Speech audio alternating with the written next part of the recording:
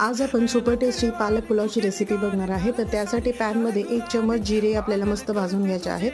ते भाजून झाल्यानंतर 2 चम्मच सुकं खोबरं, आलं, लसूण, थोडंसं तेल ॲड करून तेही छान भाजून घ्यायचं आहे। नंतर सेम पॅनमध्ये 2 वाटी पालक, थोडासा कढीपत्ता, पुदिना, कोथिंबीर, 3 ते 4 हिरव्या मिरच्या आणि 1 टोमॅटो ॲड करायचा आहे आणि मस्त परतून घेऊन थंड झाल्यानंतर हे सर्व मिक्सरच्या भांड्यामध्ये ट्रान्सफर करून बारीक असं वाटण करून घ्यायचं आहे। नंतर कुकरमध्ये 4 ते 5 चम्मच तेल ॲड करायचं आहे। तेल गरम झाल्यानंतर तमालपत्र, जिरे, लवंग, दालचिनी, बारीक स्लाइस केलेले 2 कांदे ॲड करायचे आहेत आणि ते छान भाजून झालं की त्यामध्ये बिर्याणी मसाला आणि गरम मसाला ॲड करायचा आहे आणि आपण बारीक केलेलं वाटण होतं ते देखील ॲड करून मस्त परतून घ्यायचं आहे।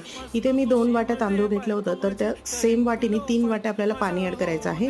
चवीनुसार मीठ आणि भिजवून ठेवलेले तांदूळ ॲड करून मीडियम फ्लेमवरती 1 शिट्टी करून घ्यायची आहे। तर नक्की या पद्धतीचा पुलाव तुम्ही ट्राय करून बघा। थँक्यू।